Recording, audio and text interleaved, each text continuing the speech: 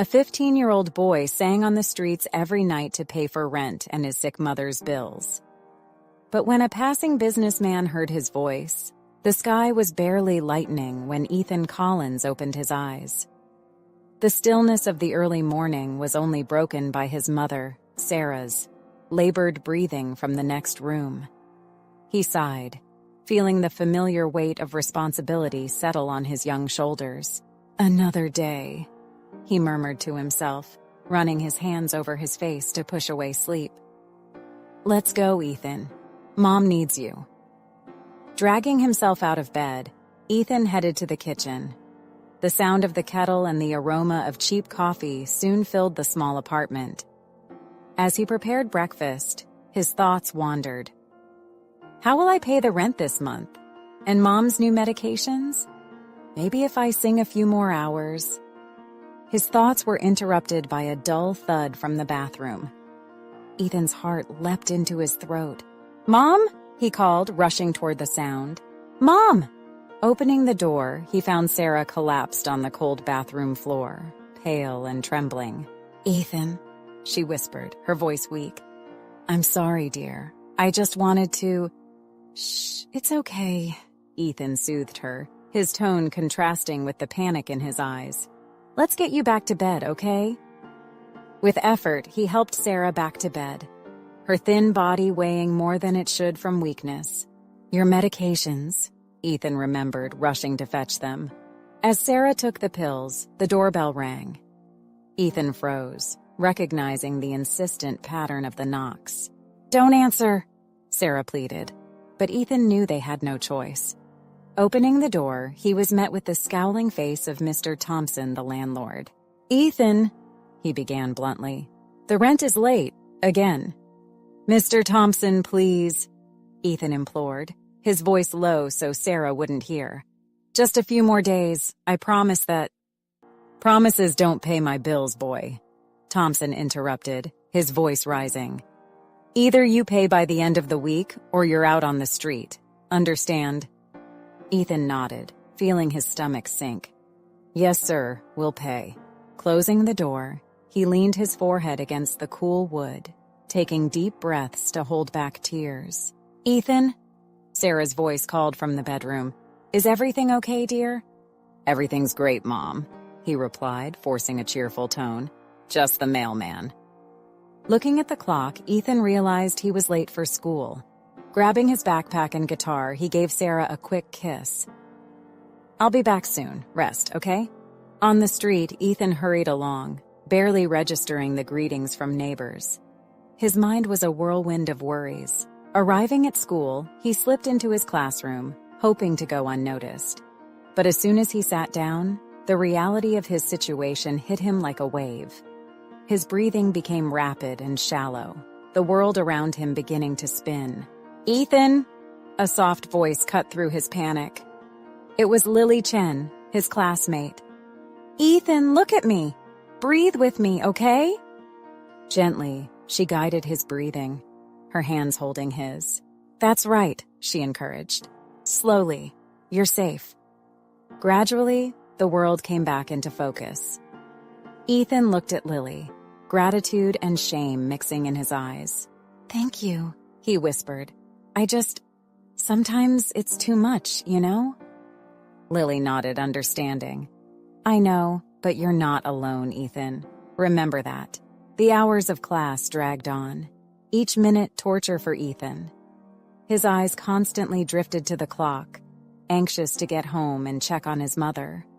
During the break, he isolated himself in a corner of the yard, absent-mindedly strumming his guitar. "Hey, Collins!" a mocking voice called out. It was Brad, the school bully. "Gonna play on the corner today? My grandma needs a lullaby." Laughter echoed through the yard. Ethan clenched his fists, fighting the urge to respond. Instead, he began to play louder, letting the music drown out the taunts. When the bell rang, Ethan was the first out the door. On his way home, he stopped at the local pharmacy. "Hi, Mrs. Martinez," he greeted the pharmacist. "Have my mom's medications arrived?" Mrs. Martinez's compassionate gaze made his heart tighten. I'm sorry, Ethan. We still don't have authorization from the health plan. Ethan nodded, swallowing the lump in his throat. Another hurdle. Another worry. Arriving home, he found Sarah asleep. Silently, he began to tidy the apartment, mentally preparing for another night of music on the streets. The symphony of despair continued, but Ethan was determined not to let it defeat him. Not while his mother needed him. The sound of an out-of-tune piano echoed through the school corridor as Ethan entered the music room. Ms. Martinez, with her gray hair pinned up in a loose bun, smiled upon seeing him. "Ethan, right on time. Ready for another lesson?" He nodded, picking up his guitar. As he tuned the strings, other students arrived, filling the room with the buzz of conversations and the sound of instruments being prepared. "Today," Ms. Martinez began, her melodious voice capturing everyone's attention, "we will work on—" A sudden cough interrupted her. She covered her mouth with her hand, her body shaking with the effort. Ethan frowned, concerned. "Ms. Martinez?" he asked hesitantly. "Are you okay?" She waved her hand, catching her breath. "I'm fine, dear. Just a throat irritation." But Ethan noticed the handkerchief she discreetly tucked into her pocket, stained red. The class continued, the sound of various instruments blending into a cacophony that slowly transformed into music. Ethan lost himself in the notes, his fingers dancing across the guitar strings. For a moment, he forgot his worries, carried away by the melody. "Excellent, Ethan," Ms. Martinez praised, her voice interrupted by another mild cough. "You have a special gift." Her words awakened a memory. Suddenly, Ethan was no longer in the classroom, but in his old home, 5 years earlier. "You have a gift, son," his father had said, handing him a battered guitar. "This was mine when I was your age. Now it's yours." Young Ethan, only 10 years old, hugged the instrument, his eyes sparkling with happiness. "Thank you, Dad. I'll practice every day." "I'm sure you will," his father smiled, ruffling his hair. "Maybe one day you'll become a great musician." The memory faded as quickly as it had come, leaving a bitter taste. That very night, his father had left, taking the family's savings with him and leaving behind only debts and broken hearts. The harsh sound of the school bell brought Ethan back to the present. The students began to pack up their instruments, leaving the room in lively groups. Ethan lingered, watching Ms. Martinez organize some sheet music. "Ms. Martinez?" he called out hesitantly. "Can I talk to you for a minute?" She turned, smiling despite the paleness of her face. "Of course, Ethan. What is it?" I wanted to thank you," he began, the words coming out with difficulty. "For everything you've done for me. The extra lessons, the advice." "Oh, Ethan," she interrupted, her voice gentle. "You don't need to thank me. It's a pleasure to see you grow as a musician and as a person." There was a pause, the silence heavy between them. "Is there something else?" Miss Martinez asked kindly. Ethan hesitated, then decided to be direct. "You're sick, aren't you?" Her smile faltered for a moment. "Ah, Ethan, always so observant." She sighed, sitting at the piano. "Yes, I'm sick. Cancer. The doctors found out a few weeks ago." Shock hit Ethan like a punch. But you'll be okay, right? There's treatment?" "I'm fighting," she replied, her voice tremulous but determined. "But I want you to know, Ethan, no matter what happens, your music, your talent, that's something no one can take away from you." Ethan felt tears burn his eyes. Another person he loved, suffering. Another battle he couldn't fight. "Now go," Ms. Martinez said, forcing a smile. "I don't want you to be late for your next class because of me." Ethan left the room feeling numb. The rest of the day passed in a blur, and before he knew it, he was at his usual spot on Main Street, guitar in hand. The first notes of his song floated through the night air. Busy passers-by hardly noticed the young musician, too caught up in their own lives. Ethan sang, his voice laden with emotion, each word a prayer for better days. Suddenly, a shrill sound of screeching tires cut through the night. Ethan looked up in time to see two cars colliding violently at the nearby intersection. The sound of twisting metal and breaking glass filled the air, followed by screams of panic. Without thinking, Ethan dropped his guitar and ran toward the accident. People were already gathering around, some calling for emergency services, others trying to help.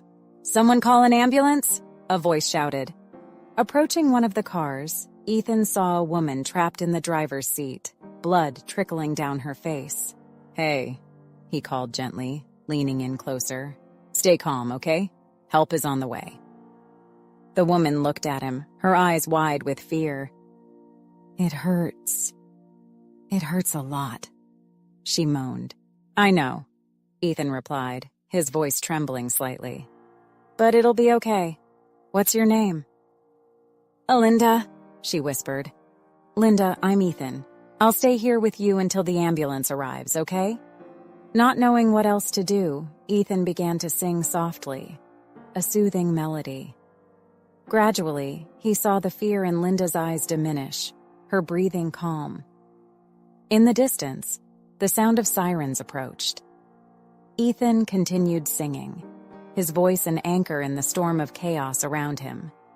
In that moment, he understood. His music was more than a means to earn money. It was a gift, a way to bring light even in the darkest moments. As the sirens drew closer, Ethan made a silent promise. No matter what the future held, he would use his voice, his music, to make a difference. Somehow, some way, he would turn this symphony of despair into a song of hope. The sun had barely risen when a black Mercedes glided through the sleepy streets of Millbrook. At the wheel, Marcus Harding adjusted his sunglasses, his astute eyes scanning the rural landscape. "There must be some hidden talent in this backwater," he murmured to himself. "Something different." Marcus was not a man of faith, but of calculations. Each of his moves was meticulously planned, every discovery carefully orchestrated. Millbrook was just another dot on his map, another stop in his relentless search for the next big hit. As night fell, Marcus prowled the city streets, his ears alert for any promising sound. That's when he heard it. A voice. Crystal clear, pure, laden with emotion that seemed beyond the years of its owner. Following the sound, Marcus found himself at the corner of Main Street. There, under the dim light of a lamppost, was Ethan. His fingers danced across the guitar strings, his voice rising into the night like a prayer. "Incredible," Marcus whispered, feeling that familiar stir of anticipation. He had found something special. He waited until Ethan finished his song, watching as the few passers-by tossed coins into his open guitar case. Then, with determined steps, he approached. "That was quite a performance, kid," Marcus said, his voice soft but authoritative. Ethan looked up, surprised. "Thank you, sir." "Marcus Harding."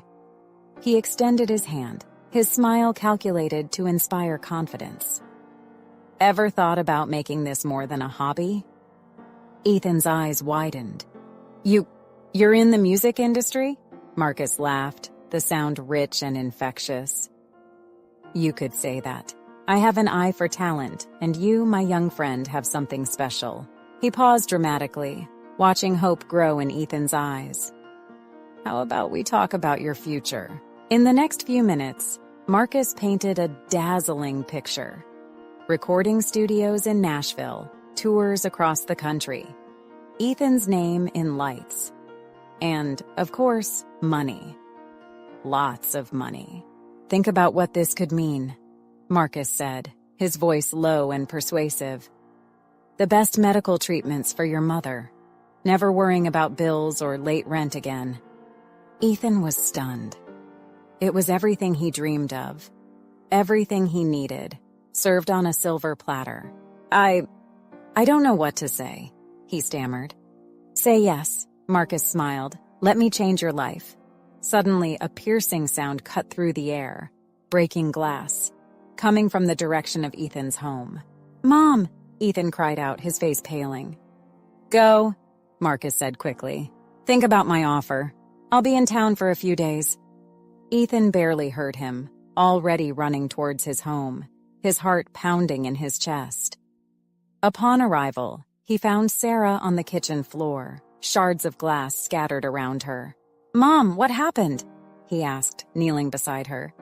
I'm sorry, dear, Sarah murmured, her voice weak. I just wanted a glass of water. I got dizzy. Carefully, Ethan helped Sarah back to bed, guiding her to lie down. As he tended to her, his mind whirled. Marcus's offer, the chance for a better life, the possibility of giving his mother the care she deserved. But leaving her, going to Nashville? The thought made his stomach churn. Ethan? Sarah's voice brought him back to the present. Is everything okay, son? He forced a smile. Everything's great, Mom, just thinking. That night, lying in his bed, Ethan couldn't sleep. Marcus's voice echoed in his mind, painting pictures of a bright future. But the image of his mother, fragile and needing him, haunted him. The bluish glow of the computer screen illuminated Ethan's focused face in the school library. His fingers flew over the keyboard, frantically researching musical careers and, more urgently, advanced medical treatments. Nashville, the country music capital, he murmured to himself. Opportunities, fierce competition. His eyes widened at the average cost of living in the city. It was more than he had ever imagined. But then, the figures from major record deals made him gulp. It was more money than his family had ever seen. Switching to another tab, Ethan typed in his mother's symptoms, desperately searching for some hope, some miraculous treatment that could save her. Hours passed, and frustration grew with each click. Hey, a gentle voice surprised him. It was Lily, holding 2 cups of coffee. Thought you might need this. Ethan smiled gratefully, accepting the coffee. Thanks, Lily. His phone rang, interrupting him. The hospital's name flashed on the screen. Hello? Ethan answered, his heart racing. Dr. Thompson's grave voice came through. Ethan, we need to talk about your mother. Can you come to the hospital now? Ethan's world seemed to freeze. I'm on my way, he responded mechanically. Hanging up, he looked at Lily, panic evident in his eyes. Go, she said, understanding immediately. I'll take care of your things here. Ethan ran through the streets of Millbrook, his chest burning not just from the physical effort. Upon reaching the hospital, Dr. Thompson was waiting with a serious expression. Ethan, he began, guiding him to a quieter corner. Your mother's condition has worsened. She needs emergency surgery. Ethan felt the ground disappear beneath his feet. But she'll be okay, right? After the surgery? The doctor hesitated. The surgery is complicated, Ethan. And there's another problem. Your insurance doesn't cover this procedure. The words hit Ethan like a punch. How much? He asked, his voice almost a whisper. When Dr. Thompson mentioned the amount, Ethan felt the world spin. It was more than they could gather in years. Isn't there another option? Ethan pleaded, tears forming in his eyes. I'm sorry, Ethan.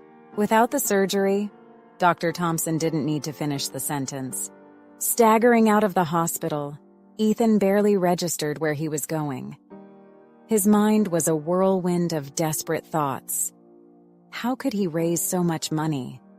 How could he save his mother? Night fell over Millbrook, and Ethan found himself at his usual performing spot. Almost mechanically, he began to play, his voice laden with raw emotion that drew more listeners than usual. Coins and a few bills fell into his case, but Ethan knew it wouldn't be enough. It would never be enough. Then he felt a hand on his shoulder. Turning around, he faced a rough-looking man.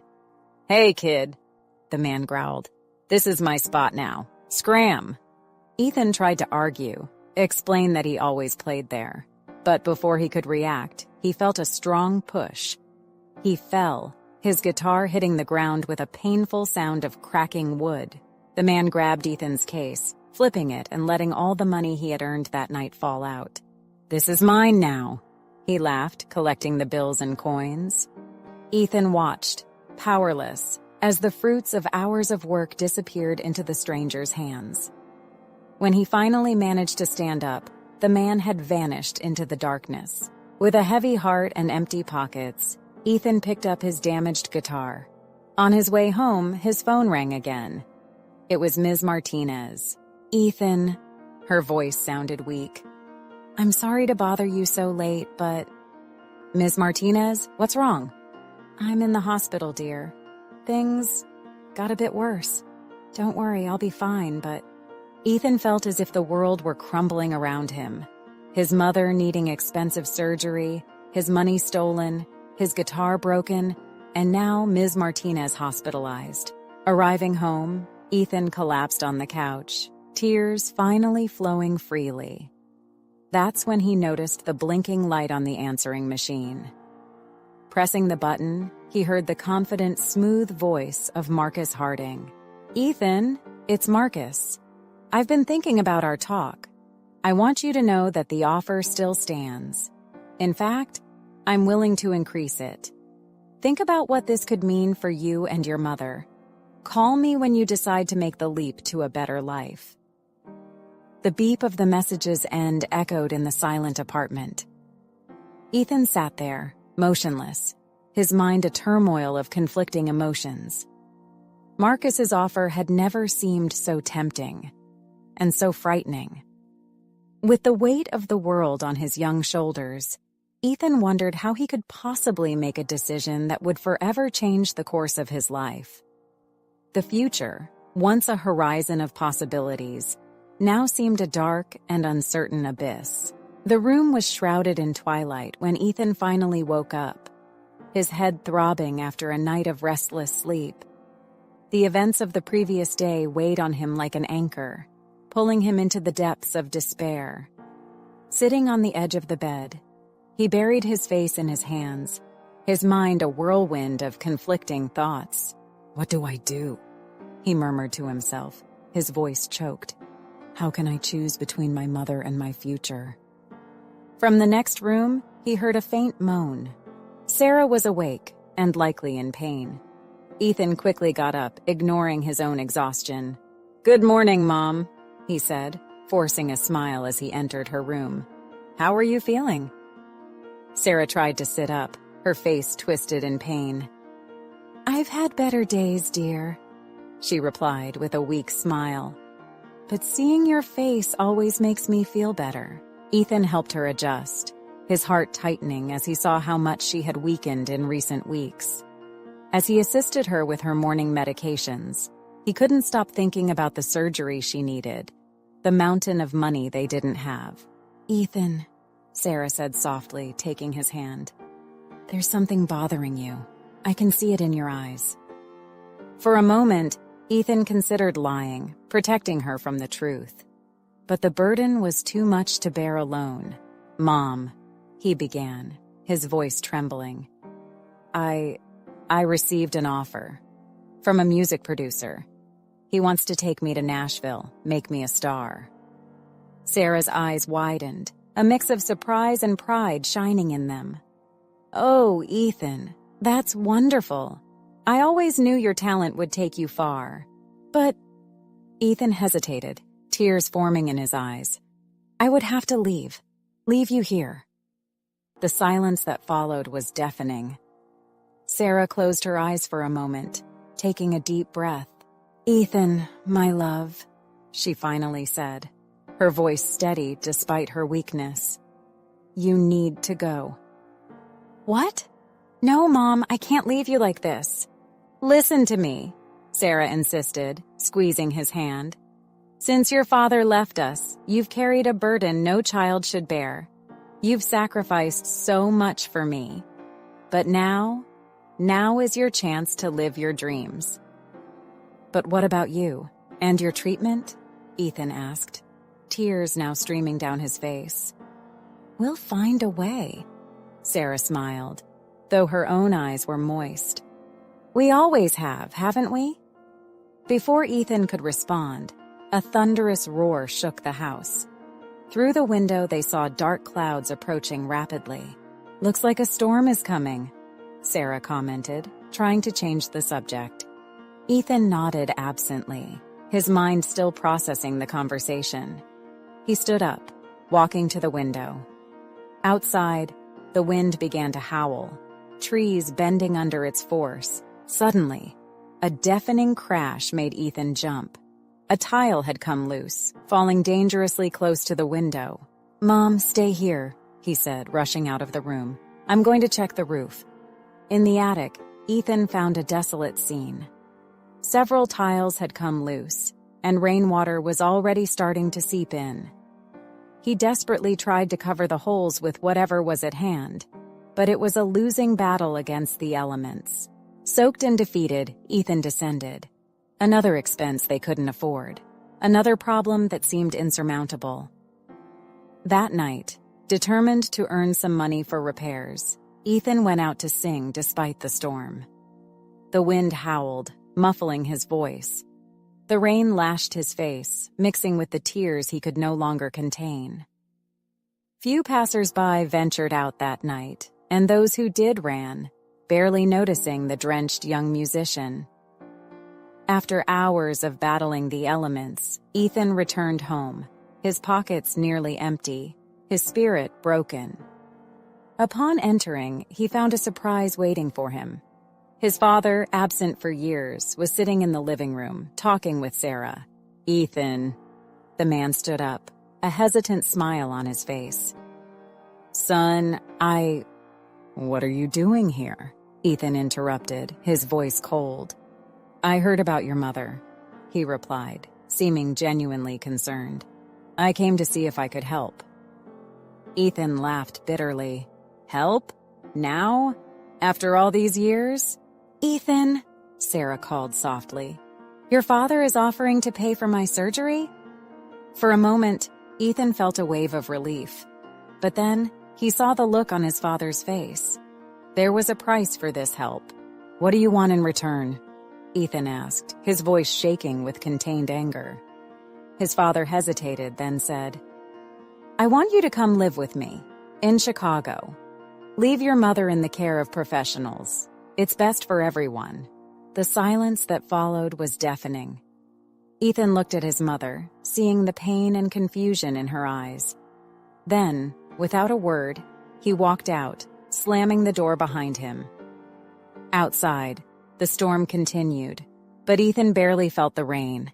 His mind was a turmoil of conflicting emotions. Marcus's offer, his mother's plea for him to pursue his dreams, his father's manipulative proposal. Picking up his guitar, Ethan began to play, his voice rising above the howl of the wind. It was a song of pain, of loss, of shattered dreams.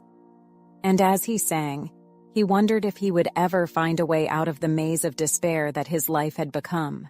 The room was plunged into an eerie half-light, illuminated only by the bluish glow of Ethan's laptop. His fingers trembled over the keyboard as he navigated through a series of recently discovered audio files. His heart pounded furiously in his chest, as if sensing the dark truth about to be unveiled. With a hesitant click, Ethan opened the first file. The voice of Marcus Harding filled the room, cold and calculating. "Sign the contract, kid. It's your only chance. Once you sign, your voice, your talent, it all belongs to me." A chorus of young, desperate voices followed, each telling a similar tale of shattered dreams and broken promises. Ethan's stomach churned, recognizing the pattern of manipulation and exploitation. "No, no, no," murmured Ethan, his voice choked by growing disappointment and anger. "How could I have considered this?" His phone vibrated with a new message. It was Marcus once again. "Ethan, time is running out. I need your signature on that contract today. Don't throw away this opportunity. Ethan tossed the phone onto the bed, his hands trembling. Marcus's pressure was relentless, but now, with these new revelations, the decision seemed even more impossible. The sound of a door opening tore him from his turbulent thoughts. Familiar footsteps, long unheard, echoed down the hallway. Ethan froze, immediately recognizing the cadence. "Ethan?" The voice of his father, Robert Collins, sounded hesitant, almost strange after years of absence. Ethan stood abruptly, the chair scraping noisily against the floor. "What are you doing here?" His voice trembled, a mix of surprise and resentment. I came to help," Robert replied, stepping into the room. "I heard about Sarah, about everything you're going through." The tension in the air was palpable, electrified by the unspoken history between father and son. Ethan laughed bitterly, a rough sound that scratched his own throat. "Help now, after all these years?" Robert sighed heavily, the sound laden with regret. "I know I made mistakes, son, but I'm here now. I can offer financial help. In exchange for what?"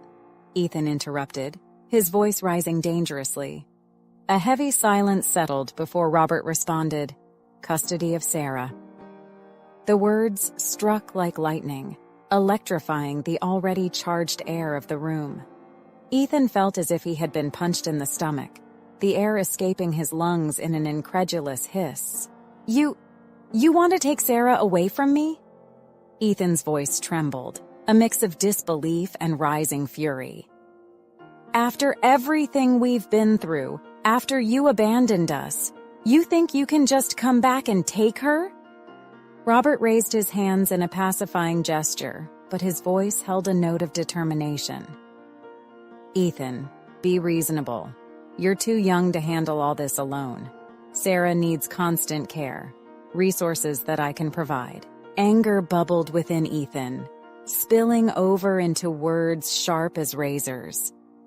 "Reasonable? You talk about being reasonable after leaving us with nothing, after disappearing when we needed you most?" Voices rose, years of hurt and resentment exploding in a cacophony of accusations and justifications. The sound of their argument echoed through the thin walls of the house, a discordant symphony of a fractured family. Amid the chaos, Ethan's cell phone vibrated insistently. With trembling hands, he answered, recognizing Lily's number. "Ethan?" Lily's voice was choked, cut through with barely contained sobs. I need to tell you something." Ethan's heart sank further, sensing more bad news. "Lily, what happened?" "My family," she choked between tears. "We're being deported. I don't know what to do, Ethan. Please help me." Lily's words hit Ethan like a punch to the stomach, robbing him of breath. He staggered to the bed, sitting down heavily as the world seemed to spin around him. "Deported? But how? When?" The questions came out in a stunned whisper. Lily continued, her voice broken by emotion. "It's complicated. Something about my father's documents. Ethan, I'm scared. I don't want to leave everything behind." Lily's pleas for help echoed in Ethan's ears, mixing with his father's demands still present in the room and the shocking revelations about Marcus. It felt as if the world was crumbling around him, every pillar of his life threatening to collapse. That night, alone in his room, Ethan picked up his guitar. His fingers strummed the strings almost of their own accord, giving voice to the storm of emotions consuming him. The melody that emerged was raw, anguished, a composition born from pain and betrayal. As he played, Ethan began to sing, his voice initially a hoarse whisper that grew in intensity and emotion. In a world of lies, where to trust? When those we love make us bleed broken promises, shattered dreams, an uncertain future, a tainted present.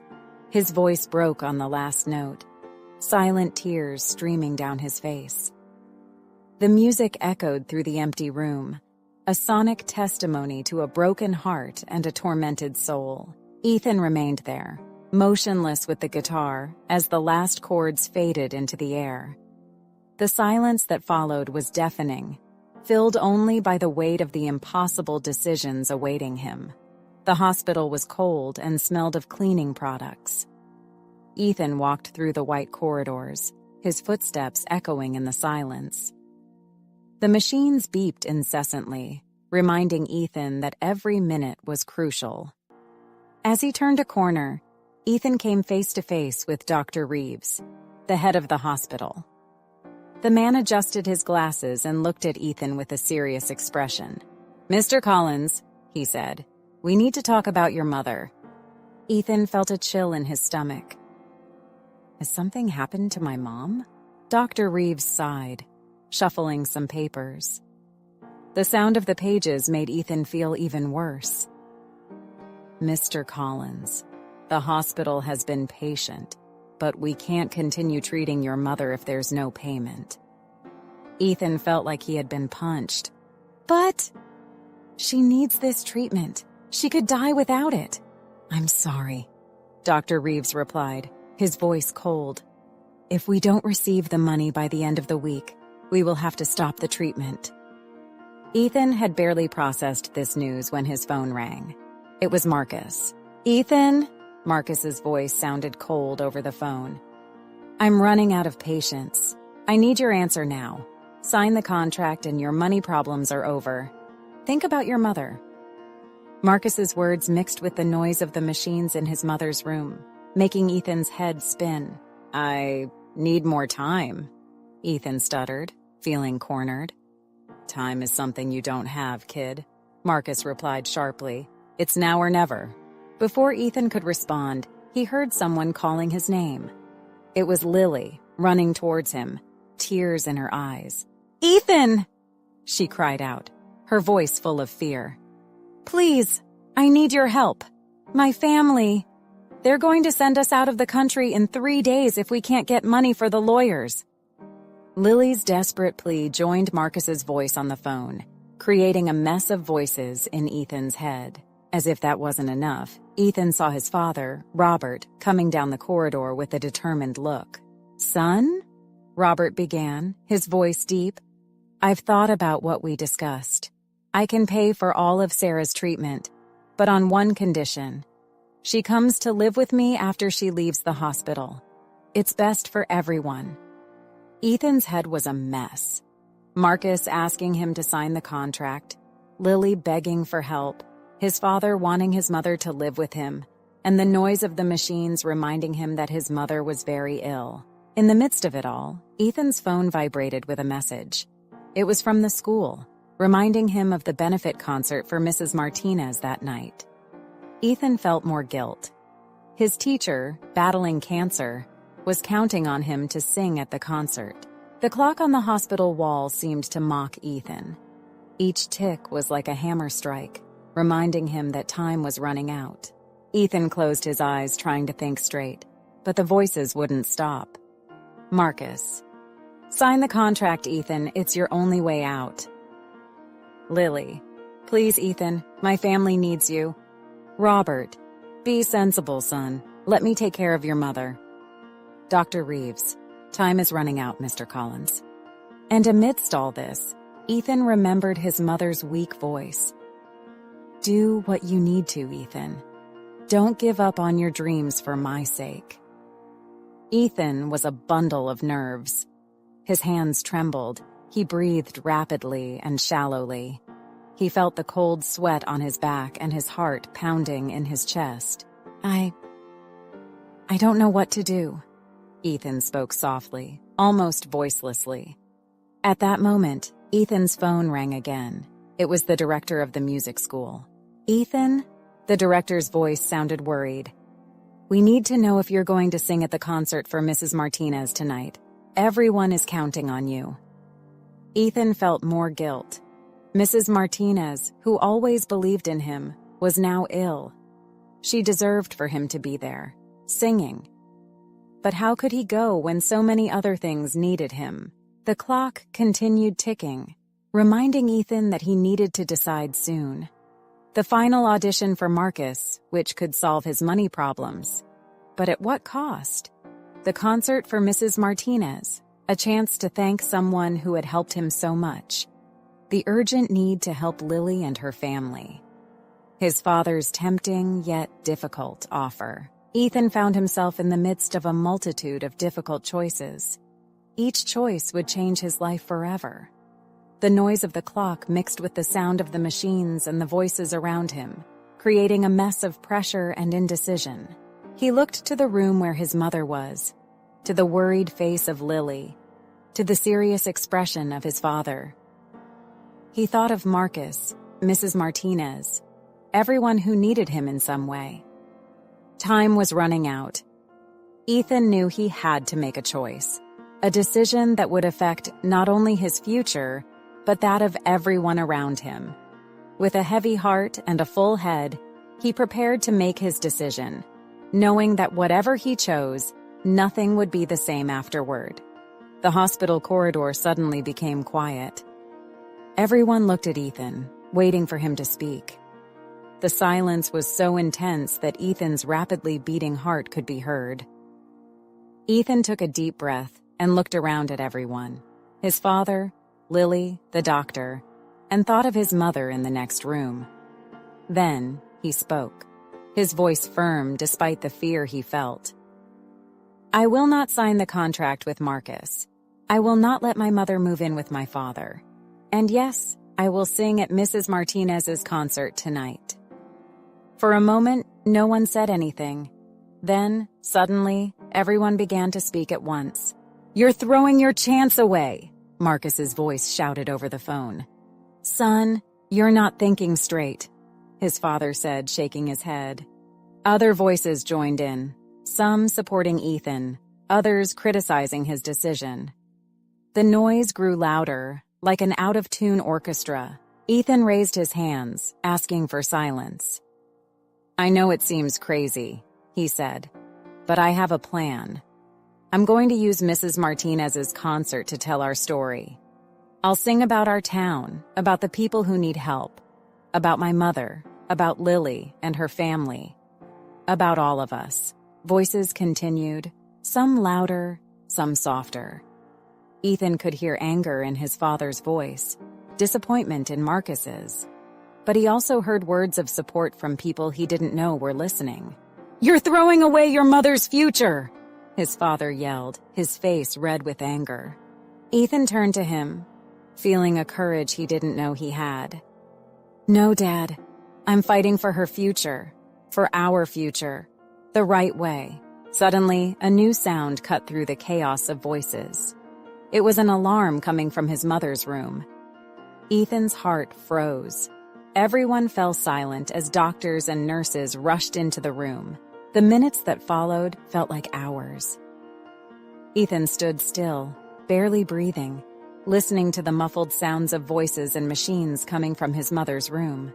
Then, when Ethan thought he couldn't take it anymore, he heard something that surprised him. Laughter. Laughter and the sound of applause coming from his mother's room. The door opened and Dr. Reeves came out, a big smile on his face. "Mr. Collins," he said, "I can't explain it, but your mother, she woke up, and she's asking for you." The news took everyone by surprise. People around started to celebrate. Ethan felt tears streaming down his face, but this time they were tears of relief and happiness. Without thinking twice, Ethan ran to his mother's room. Inside, he saw her sitting up in bed, looking tired but with a smile on her face. "Mom," Ethan said, his voice choked with emotion. "My son," Sarah replied, extending her hand to him. "I heard everything. I'm so proud of you." Ethan held his mother's hand, feeling as if a great weight had been lifted from his shoulders. "Mom, I promise I'll make everything work out. I'm going to sing tonight and tell our story. We're going to get help." Sarah smiled, squeezing Ethan's hand. "I know you will, my love. I always knew." That night, the small-town theater was packed. People from all over the community had come for Mrs. Martinez's benefit concert. When it was Ethan's turn to perform, he stepped onto the stage with his heart pounding. He looked at the audience and saw familiar faces. Lily and her family, his father in the back of the room. Even Marcus was there, arms crossed and a serious expression on his face. Ethan took a deep breath and began to sing. His voice, clear and strong, filled the theater. He sang about his town, about the struggles everyone faced. He sang about his mother, about the fear of losing her and the joy of seeing her improve. He sang about Lily and her family, about the fear of being sent away from their home. As he sang, Ethan could see people's expressions changing. He saw tears in some eyes, smiles on other faces. He saw his father lower his head, shoulders shaking with emotion. When the song ended, there was a moment of silence. Then, like a wave, the applause started. People stood up, clapping and cheering. Ethan saw Lily jumping for joy, his father clapping with a smile on his face. Even Marcus seemed impressed. After the show, while people were still talking excitedly about the performance, Ethan returned to the hospital. He entered his mother's room, finding her awake and smiling. "How did it go, my son?" Sarah asked, her voice weak but full of love. Ethan sat beside her bed, holding his mother's hand. "It was amazing, Mom. I think we did it. People understood. They want to help." Sarah smiled, tears shining in her eyes. "I knew you would make it, Ethan.